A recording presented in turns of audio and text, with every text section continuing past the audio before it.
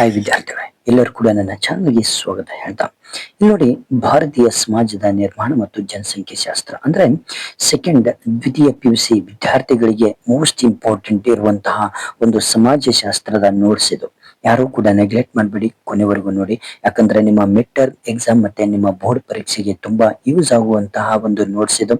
Important ಪ್ರತಿ 8 ಅಧ್ಯಾಯಗಳಿಗೆ ಸಂಬಂಧಪಟ್ಟಂತಹ notes 1 marks, 2 marks, 5 marks, 10 marks ಎಲ್ಲವೂ ಕೂಡ ಕವರ್ ಇದೆ. ಯಾವ್ದೆಲ್ಲ ಇಂಪಾರ್ಟೆಂಟ್ ಇದೆ ಅಂತ ಹೇಳ್ತಾ ಹೋಗ್ತೇನೆ, ಅವನ್ನೆಲ್ಲ ಚೆನ್ನಾಗಿ ಸ್ಟಡಿ ಮಾಡ್ತಾ ಹೋಗಿ. ಓಕೆ, ಬನ್ನಿ ಹಾಗಾದ್ರೆ ಮೊದಲನೇ ಒಂದು ಲೆಸನ್ ಅಲ್ಲಿ ಬರುವಂತಹ ಮೋಸ್ಟ್ ಇಂಪಾರ್ಟೆಂಟ್ 1 ಅಂಕದ ಪ್ರಶ್ನೆಗಳನ್ನು ನೋಡ್ತಾ ಹೋಗೋಣ. ಡೆಮೋಗ್ರಫಿ ಎಂಬ ಪದವು ಹೇಗೆ ಉತ್ಪತ್ತಿಯಾಗಿದೆ? ಇದೊಂದು ಪ್ರಶ್ನೆ. ಸರಿಯಾಗಿ ಕ್ವಶನ್ ವಿತ್ ಆನ್ಸರ್ಸ್ ಕೂಡ ಇದೆ ನೋಡಿ. ಡೆಮೋಗ್ರಫಿ ಎಂಬ ಪದವು ಡೆಮೋಸ್ ಮತ್ತೆ ಗ್ರಾಫೇಸ್ ಎಂಬ 2 ಗ್ರೀಕ್ ಪದಗಳಿಂದ ಉತ್ಪತ್ತಿಯಾಗಿದೆ. ಅಂದ್ರೆ ನಾನು ಆನ್ಸರ್ ಹೇಳ್ತಾ ಹೋಗೋದಿಲ್ಲ, ಕ್ವಶನ್ಸ್ ಇಂಪಾರ್ಟೆಂಟ್ ಕ್ವಶನ್ಸ್ ಹೇಳ್ತಾ ಹೋಗ್ತೇನೆ. ಕರೆಕ್ಟ್ ಆಗಿ ನೀವು ನೋಡ್ತಾ ಬನ್ನಿ. ನೆಕ್ಸ್ಟ್ ಇಂಪಾರ್ಟೆಂಟ್ ಆಗಿ ಇರುವಂತಹ ಪ್ರಶ್ನೆ ಇದರಲ್ಲಿ ಯಾವುದು ಅಂದ್ರೆ, ಭಾರತ ಸರ್ಕಾರ ಕರ್ನಾಟಕದ ಯಾವ ಜಿಲ್ಲೆಯನ್ನು ಬೇಟಿ ಪಡಾವೋ ಮತ್ತೆ ಬೇಟಿ ಬಚಾವೋ ಕಾರ್ಯಕ್ರಮಕ್ಕೆ ಆಯ್ಕೆ ಮಾಡಿಕೊಂಡಿದೆ? ಉತ್ತರ ಇಲ್ಲಿದೆ. ನೆಕ್ಸ್ಟ್ ಇಂಪಾರ್ಟೆಂಟ್ ಪ್ರಶ್ನೆ ಇದು. ಎಲ್ಲವೂ ಕೂಡ ಭಾರತಕ್ಕೆ ಕ್ರೈಸ್ತ ಧರ್ಮವನ್ನು ಪರಿಚಯಿಸಿದವರು ಯಾರು? ಇದೊಂದು ಇಂಪಾರ್ಟೆಂಟ್. ನೆಕ್ಸ್ಟ್ ಯಾವ ವರ್ಷವನ್ನು ಜನಸಂಖ್ಯೆ ಶಾಸ್ತ್ರ ವಿಭಜಕ ವರ್ಷ ಎಂದು ಕರೆಯುತ್ತೇವೆ? ನೆಕ್ಸ್ಟ್ ಲಿಂಗಾನುಪಾತ ಎಂದರೇನು? ನೆಕ್ಸ್ಟ್ 2 ಅಂಕದ ಪ್ರಶ್ನೆಗಳು ತುಂಬಾ ಇಂಪಾರ್ಟೆಂಟ್ ಇದರಲ್ಲಿ. ಯಾವುದು ಅಂದ್ರೆ, ಡಿಮಾರು ಎಂಬುದನ್ನು ಏನನ್ನು ಸೂಚಿಸುತ್ತದೆ? ಇದೊಂದು ತುಂಬಾ ಇಂಪಾರ್ಟೆಂಟ್ ಪ್ರಶ್ನೆ, ನೆನ್ಪಿಟ್ಟುಕೊಳ್ಳಿ. ನೆಕ್ಸ್ಟ್ ಇಂಪಾರ್ಟೆಂಟ್ ಬಂದ್ಬಿಟ್ಟು ಇದರಲ್ಲಿ ಕೋಮುವಾದ ಎಂದರೇನು? ಇದೊಂದು ಪ್ರಶ್ನೆ ಬರ್ತದೆ. ನೆಕ್ಸ್ಟ್ ಇಲ್ಲಿ ಜನಸಂಖ್ಯಾ ಲಾಭಾಂಶ ಎಂದರೇನು? ಇದೊಂದು ಪ್ರಶ್ನೆ ತುಂಬಾ ಇಂಪಾರ್ಟೆಂಟ್, ನೆನ್ಪಿಟ್ಕೊಳ್ಳಿ. ನೆಕ್ಸ್ಟ್ 5 ಅಂಕಗಳ ಪ್ರಶ್ನೆಗಳು ಇಲ್ಲಿ ತುಂಬಾ ಇಂಪಾರ್ಟೆಂಟ್. ಅಂದ್ರೆ ನಾನು ಜಸ್ಟ್ ಎಕ್ಸ್ಪ್ಲೇನ್ ಇಲ್ಲ ಇದರಲ್ಲಿ, but important questions with points ಗಳಿದಾವೆ. ಪಾಯಿಂಟ್ಸ್ ಗಳಿಗೆ ವಿವರಣೆ ಬೇಕು ಅಂದ್ರೆ ನೋಟ್ಸ್ ನಿಮಗೆ ನನ್ನ ಒಂದು ಡಿಸ್ಕ್ರಿಪ್ಷನ್ ಅಲ್ಲಿ PDF ಇದೆ, ಅದನ್ನು ನೀವು ಡೌನ್ಲೋಡ್ ಮಾಡ್ಕೊಳ್ಬಹುದು. ಓಕೆ, ನೆಕ್ಸ್ಟ್ ಇಲ್ಲ ಅಂದ್ರೆ ನನ್ನ ಟೆಲಿಗ್ರಾಮ್ಗೆ ಹೋಗಿ ನೀವು ಡೌನ್ಲೋಡ್ ಮಾಡ್ಕೊಳ್ಬಹುದು. ನೆಕ್ಸ್ಟ್ ಇಲ್ಲಿ ಬಂದ್ಕೊಂಡು ಈಗಲೇ ಸಬ್ಸ್ಕ್ರೈಬ್ ಮಾಡಿ, ಯಾಕಂದ್ರೆ ಸಬ್ಸ್ಕ್ರೈಬ್ ಮಾಡಿಲ್ಲ ಅಂದ್ರೆ ಇನ್ನು ಬೇರೆ ಸಬ್ಜೆಕ್ಟಿನ ಒಂದು ವಿಡಿಯೋಸ್ಗಳು ಸಿಗೋದಿಲ್ಲ. ಓಕೆ, ಬನ್ನಿ ಹಾಗಾದ್ರೆ ಇಲ್ಲಿ 5 ಅಂಕದ ಪ್ರಶ್ನೆಗಳು ತುಂಬಾ ಇಂಪಾರ್ಟೆಂಟ್ ಈ ಒಂದು ಪಾಠದಲ್ಲಿ. ಅಂದ್ರೆ ಯಾವುದಂದ್ರೆ, ಡಾಕ್ಟರ್ BS ಗುಹರ್ ಅವರು ವರ್ಗೀಕರಿಸಿರುವಂತಹ ಜನಾಂಗೀಯ ಸಮೂಹಗಳನ್ನು ವಿವರಿಸಿರಿ. ಇದು ಒಂದು ಮೋಸ್ಟ್ ಇಂಪಾರ್ಟೆಂಟ್ ಪ್ರಶ್ನೆ, ಇದು ಒಂದು.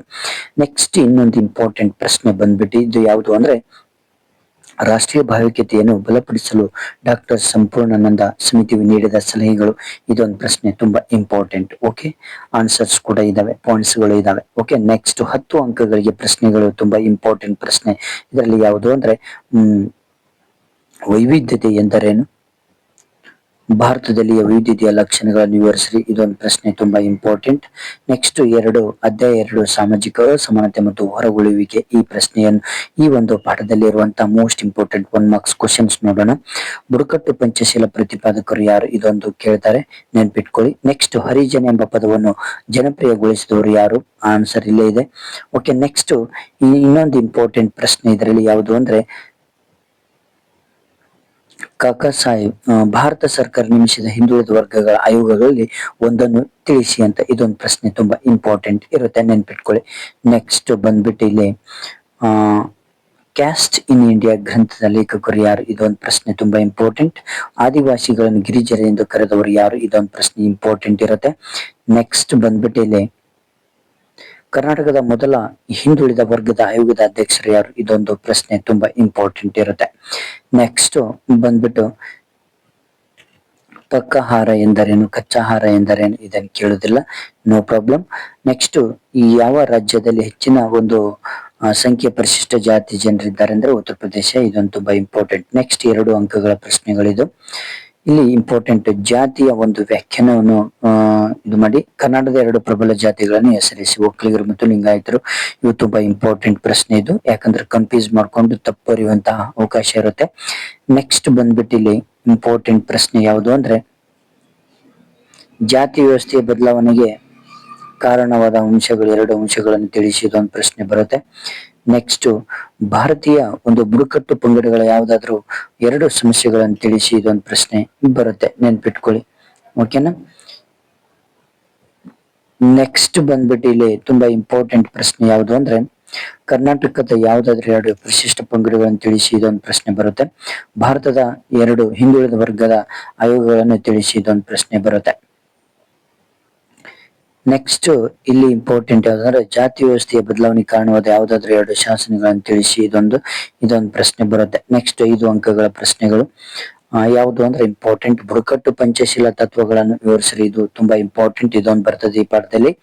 ನೆಕ್ಸ್ಟ್ ಬಂದ್ಬಿಟ್ಟು ಇಲ್ಲಿ ಸ್ವತಂತ್ರ ಭಾರತದಲ್ಲಿ ಜಾತಿ ವ್ಯವಸ್ಥೆಯಲ್ಲಿ ಪಾತ್ರದಲ್ಲಿನ ಅಥವಾ ರಚನಾತ್ಮಕ ಬದಲಾವಣೆಗಳನ್ನು ತಿಳಿಸಿ, ಇದೊಂದು ಪ್ರಶ್ನೆ ತುಂಬಾ ಇಂಪಾರ್ಟೆಂಟ್ ಇರುತ್ತೆ ಇಲ್ಲಿ.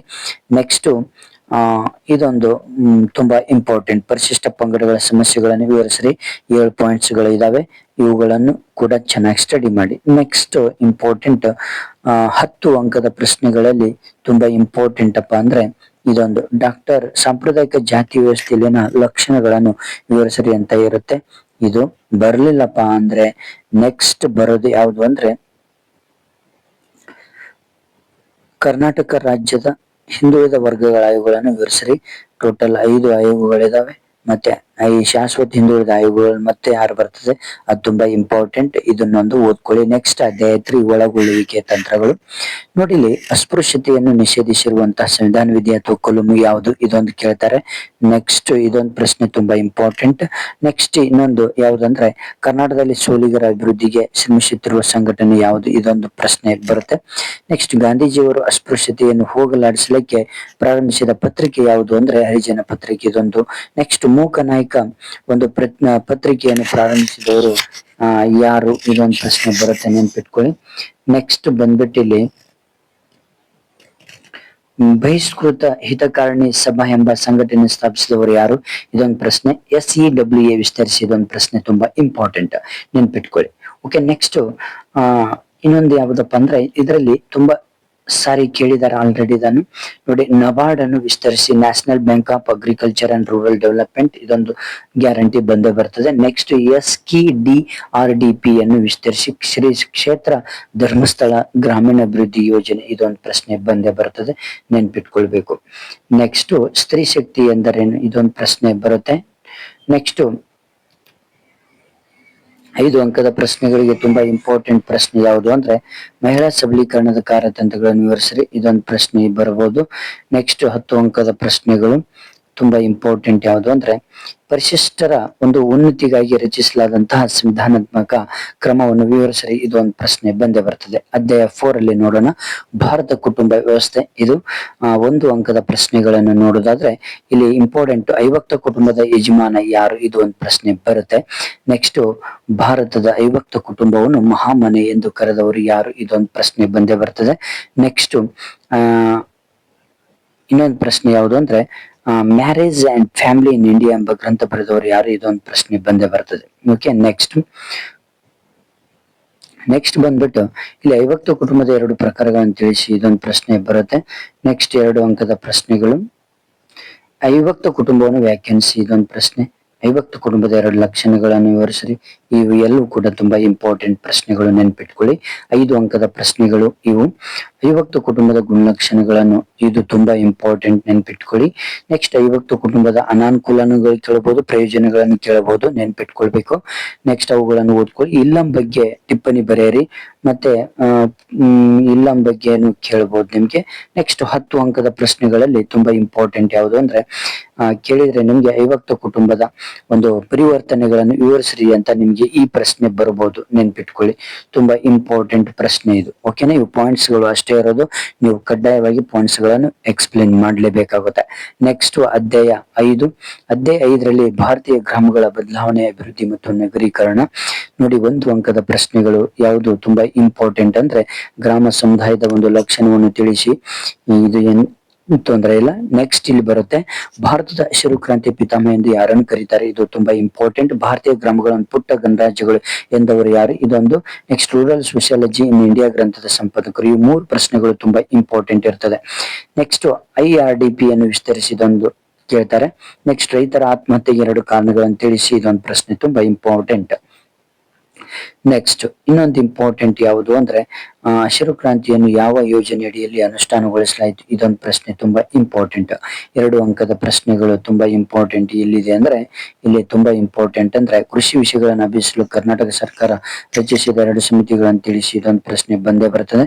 ನೆಕ್ಸ್ಟ್ ಪಂಚಾಯತ್ ರಾಜ್ನ ಒಂದು 3 ಹಂತಗಳನ್ನು ತಿಳಿಸಿ, ಈ ಪ್ರಶ್ನೆಗಳು ತುಂಬಾ ಇಂಪಾರ್ಟೆಂಟ್. 5 ಅಂಕದ ಪ್ರಶ್ನೆಗಳು ಇದೊಂದು ತುಂಬಾ ಇಂಪಾರ್ಟೆಂಟ್ ಬರುತ್ತೆ. ಯಾವುದು ಗ್ರಾಮದ ಲಕ್ಷಣಗಳನ್ನು ವಿವರಿಸ್ರಿ ಅಂತ ಇದೆ, ಅದೊಂದು ತುಂಬಾ ಇಂಪಾರ್ಟೆಂಟ್ ಪ್ರಶ್ನೆ ಬರುತ್ತೆ. ನೆಕ್ಸ್ಟ್ ಇಲ್ಲೊಂದು ಇಂಪಾರ್ಟೆಂಟ್ ಯಾವುದು ಅಂದ್ರೆ ಇದೊಂದು ಪ್ರಶ್ನೆ ನಿಮಗೆ ಇಂಪಾರ್ಟೆಂಟ್ ಆಗಿ ಬರುತ್ತೆ. ಯಾವುದು ಅಂದ್ರೆ ಭಾರತೀಯ ಗ್ರಾಮಗಳ ಕೃಷಿ ಮತ್ತು ಆರ್ಥಿಕ ಸಮಸ್ಯೆಗಳನ್ನು ವಿವರಿಸ್ರಿ ಅಂತ, ಇದೊಂದು ಪ್ರಶ್ನೆ ಬರ್ಬೋದು, ನಿಮ್ಗೆ ಬರ್ಬೋದಲ್ಲ, ಬಂದೇ ಬರ್ತದೆ. Next it is very important ಪ್ರಶ್ನೆ 10 ಅಂಕದ್ದು.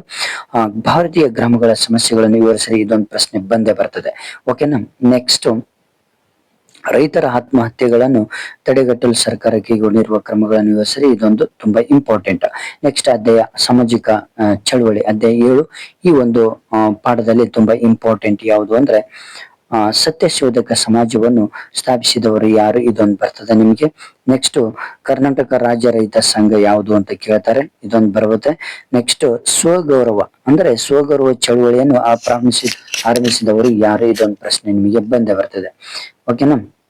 ಕಾಗೋಡು ಸತ್ಯಾಗ್ರಹದ ಘೋಷಣೆಗಳು ಏನು, ಇದೊಂದು ಪ್ರಶ್ನೆ ಬರುತ್ತೆ. ಓಕೆ, 2 ಅಂಕದ ಪ್ರಶ್ನೆಗಳಲ್ಲಿ ಇನ್ನೊಂದು ಯಾವುದು ಅಂದ್ರೆ ತುಂಬಾ ಸಿಂಪಲ್ ಆಗಿ ಕೇಳ್ತಾರೆ ನಿಮ್ಗೆ. ಬಸವೇಶ್ವರರು ಸ್ಥಾಪಿಸಿದ ಒಂದು ಸಂಘಟನೆ ಯಾವುದು ಅಂದ್ರೆ ಅನುಭವ ಮಂಟಪ, ನೆನ್ಪಿಟ್ಕೊಳ್ಬೇಕು, ಇದೊಂದು ಬರ್ತದೆ. ನೆಕ್ಸ್ಟ್ ಭಾರತದ ರೈತ ಚಳವಳಿಗೆ ಕಾರಣವಾದ ಒಂದು ಪ್ರಮುಖವಾದ ಅಂಶ ಅಧಿಕ ಕಂದಾಯ ವಸೂಲಿ. 2 ಅಂಕದ ಪ್ರಶ್ನೆಗಳಿಗೆ ಸಂಬಂಧಪಟ್ಟ ಹಾಗೆ ಇಲ್ಲಿ ನೋಡಿ, ಸ್ವಾತಂತ್ರ್ಯ ಪೂರ್ವದ 2 ಮಹಿಳಾ ಸಂಘಟನೆಗಳನ್ನು ತಿಳಿಸಿ, ಇದೊಂದು ತುಂಬಾ ಇಂಪಾರ್ಟೆಂಟ್ ಪ್ರಶ್ನೆ. ಕ್ಯಾಥಲಿನ್ ಗೌ ಪ್ರಕಾರ ರೈತ ಚಳವಳಿ ಯಾವುದಾದ್ರೂ 2 ವಿಧಾನಗಳನ್ನು ತಿಳಿಸಿ, ಇದೊಂದು ತುಂಬಾ ಇಂಪಾರ್ಟೆಂಟ್ ಪ್ರಶ್ನೆ. ಓಕೆ, ಕರ್ನಾಟಕದಲ್ಲಿ ನಡೆದ 2 ರೈತ ಚಳವಳಿಗಳನ್ನು ಹೆಸರಿಸಿ, ಇದೊಂದು ಪ್ರಶ್ನೆ ತುಂಬಾ ಇಂಪಾರ್ಟೆಂಟ್. 5 ಅಂಕದ ಪ್ರಶ್ನೆಗಳಿಗೆ ತುಂಬಾ ಇಂಪಾರ್ಟೆಂಟ್ ಇರುವಂತದ್ದು ಕ್ಯಾಥಲಿನ್ ಗೌ ಪ್ರಕಾರ ರೈತ ಹೋರಾಟಕ್ಕೆ ಕಾರಣವಾದ ಅಂಶಗಳನ್ನು ವಿವರಿಸಿ, ಇದೊಂದು ತುಂಬಾ ಇಂಪಾರ್ಟೆಂಟ್ ಪ್ರಶ್ನೆ. ಓಕೆ, ತುಂಬಾ ಮೋಸ್ಟ್ ಇಂಪಾರ್ಟೆಂಟ್ ಪ್ರಶ್ನೆಗಳು. 10 ಅಂಕದ ಪ್ರಶ್ನೆಗಳಿಗೆ ಸಂಬಂಧಪಟ್ಟ ಹಾಗೆ ಭಾರತದ ಮಹಿಳಾ ಚಳವಳಿಯನ್ನು ವಿವರಿಸಿ, ಇದೊಂದು ಪ್ರಶ್ನೆ ತುಂಬಾ ಇಂಪಾರ್ಟೆಂಟ್. ಓಕೆ, ನೆಕ್ಸ್ಟ್ ಇವೆಲ್ಲವೂ ಕೂಡ ತುಂಬಾ ಇಂಪಾರ್ಟೆಂಟ್ ಇರುವಂತಹ ಒಂದು ಸೋಶಿಯಾಲಜಿ ನೋಟ್ಸ್. ನಿಮ್ಮ ಫ್ರೆಂಡ್ಸಿಗೆ ಕೂಡ ಶೇರ್ ಮಾಡಿ, ಹಾಗೆ ನನ್ನ ಒಂದು ಚಾನಲ್ ಅನ್ನು ಸಬ್ಸ್ಕ್ರೈಬ್ ಮಾಡಿ, ಹಾಗೆ ಇನ್ನೊಬ್ಬರಿಗೆ ಶೇರ್ ಮಾಡ್ತಾ ಇರೋದ್ರಿಂದ ಅವ್ರಿಗೂ ಕೂಡ ಹೆಲ್ಪ್ ಆಗುತ್ತೆ. Okay, thank you friends. ಮುಂದಿನ ವಿಡಿಯೋಗಾಗಿ